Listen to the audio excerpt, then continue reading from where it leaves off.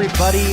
This is Dagobah with 30-something gamers. And did you know it is spring and baseball season has arrived? And this means one thing, folks. Fans of the sport will be picking up their sticks and downloading the 2018 version of their favorite baseball game. And if you have a PlayStation, you are probably already playing the gold standard of baseball video games, MLB The Show. Unfortunately for Xbox One owners, they do not have the luxury of a 5-star, high-profile baseball simulation game. So what do they have? I ask you, what do they have? They have RBI Baseball 18 or Super Mega Baseball 2. Yes! 2 arcade-style baseball games going head-to-head on the Xbox Store as if they were in the National League East. Super Mega Baseball 2, or SMB2 for short, is currently free for gold members. Did you hear that? Currently free for gold members. However, after May, it will retail for $29.99. So, to get straight to the point, it is a polished arcade simulation baseball game. Its art style is cartoon-like in nature with some subtle over-the-top humor, which makes this 30-something gamer feel like a kid again. SMB2 has improved upon its first incarnation with a refined, sleeker look that is more natural. The players are less exaggerated, which I appreciate, but they still have that big feel. An online play has been included in SMB2, which adds a competitive aspect that was not included in the original iteration. And let's not forget, it also includes in-depth customization of players, teams, and yes, your own league. SMB2 is very easy to grasp. I promise you, it is easy to grasp right from the get-go. You get a short tutorial on how to play as you go through your first game. But if you need a little help, a little understanding, I'll give you a quick rundown of the basic controls. To bat, use A for a contact swing, or you can hold X for a power swing. If buttons aren't your style, you can use the right stick for your swing. Up on the stick is contact, and for your power swing, you must pull back first, then push forward. It is all in the timing. Now, your left stick controls the contact point of the bat. So, on lower ego levels, the reticle will actually move to where the ball is pitched, allowing you to focus on your timing. It's easy to get the basics, but challenging to master. Now, the pitching in the game is by far, in my opinion, the most fun and equally intense. You can select from many different pitch types by using the left stick. The right stick will move your accuracy reticle around the strike zone, and once you have selected your location, you start your throw with A. Now, you must then move a dotted circle as close to your accuracy reticle to make a great pitch, which is on a scale from 1 to 100.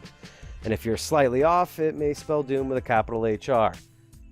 Not human resources, home run. Okay? Pitchers also get a power pitch, which is initialized by the X or right trigger buttons. So just remember, the speed and sensitivity of your dotted reticle will increase using this method. It can be risky going this route, but it's well worth the payoff if you get the mechanics down, as the ball will literally dance on its way to the batter. Now, batter and pitcher emotions are an integral part of the game, and you will notice during clutch moments your player's stats change. They may get amped or nervous, and this all plays into your ability to stay disciplined at the plate or focused when pitching. Like many sports games, though, there is an exhibition mode which can be played locally or online, and there is also a season mode which allows you to take over a team and play your way to the championship. However, my favorite mode in the game, hands down, the pennant race, which is a competitive online gaming mode that requires you to play placement matches before being placed into a division. Each division will have up to 12 teams, randomly generated and populated with other players of your skill level, and you have a week to play as many games as you can to reach the top of the leaderboard. So, what is the biggest differentiator between SMB2 and any other game? Ego. Your ego, man. Your skill level is measured by what they call ego. You can change your ego at any time. The higher your ego, which ranges from 0 to 99, the harder the game and less assists you receive from the computer. Now, I find this to be one of the best ways to control difficulty in the game, and it allows a player to find their sweet spot in being challenged but also still having fun. The most glaring change when it comes to adjusting the ego is what the computer assists with, and one area that is not very polished is fielding. It is very hit or miss, and a slight adjustment or nudge of your stick can lead to routine balls being missed by your fielder. Now, I typically let the game do most of the fielding on its own and only got involved to try to make diving plays or jumping catches when it was clear it would be near impossible to make a play.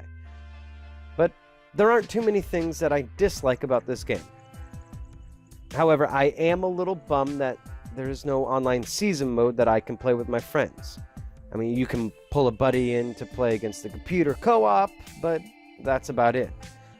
The only head-to-head competitive online modes are Exhibition and Pennant Race. I mean, I'm no developer, but it seems they missed a golden opportunity to incorporate a mode that, for many sports games, has been quite successful. I mean, Super Mega Baseball 2 has stepped up to the plate, albeit well over a year after SMB1, but it has delivered a very respectable outing. If you like baseball and you own an Xbox One, don't hesitate to grab a great free game with gold, or at least for now anyway. Even if you don't love baseball or don't understand it, it's absolutely worth a look. So get playing. Also, let me give you a couple of quick hits.